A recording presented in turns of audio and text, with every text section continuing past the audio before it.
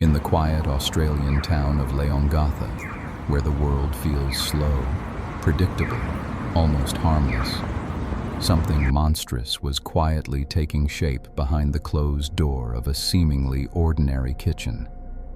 It was July 29th, 2023, a cold, gray afternoon when Erin Patterson carefully prepared a beef Wellington.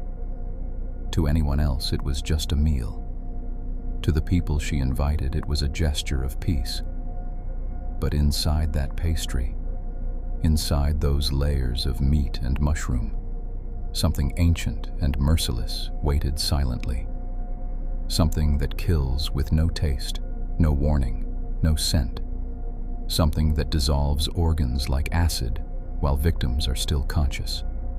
Around the table sat 4 people who had known Erin for years.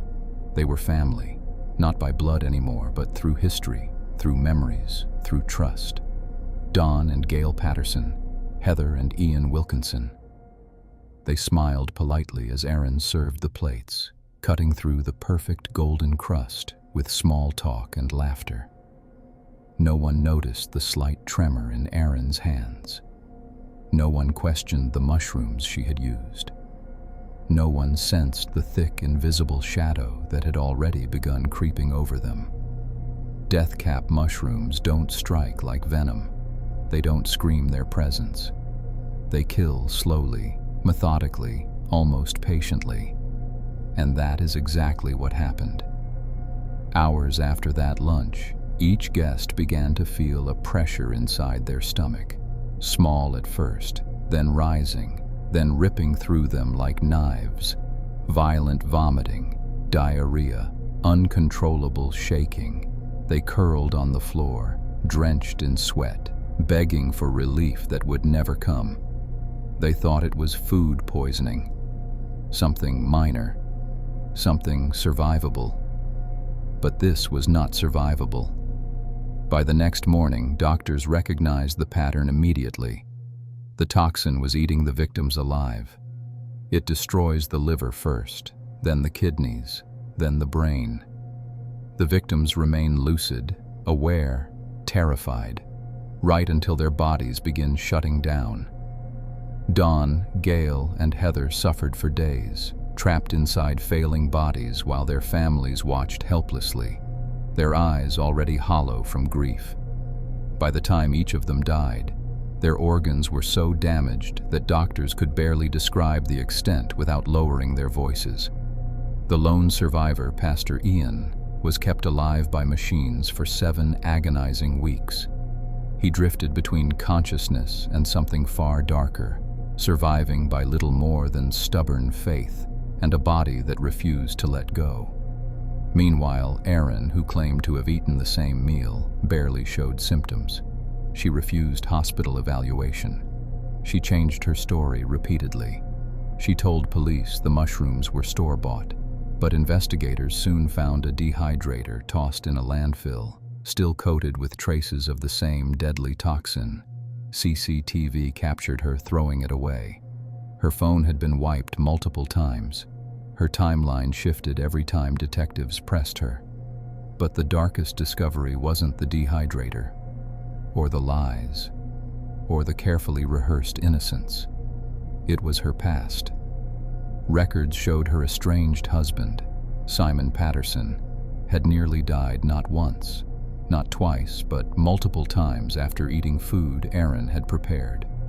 Episodes of organ failure, strange collapses, sudden illness that doctors could never trace.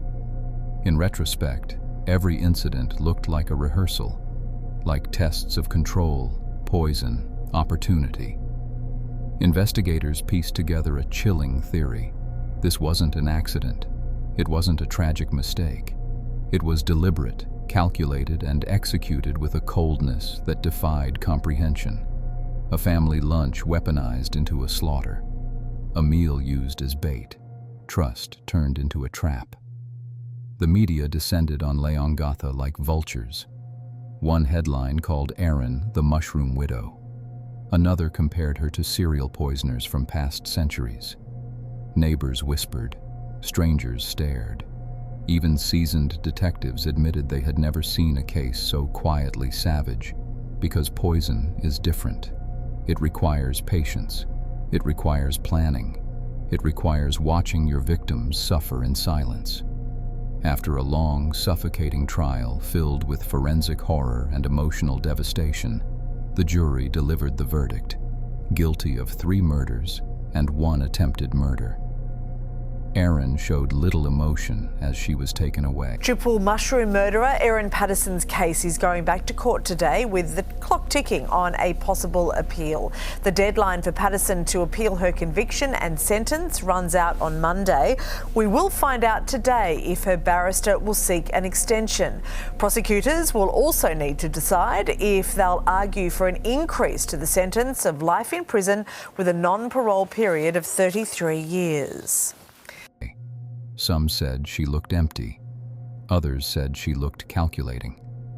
The judge said her crimes were a ruthless betrayal carried out in the safest space of all, a family home.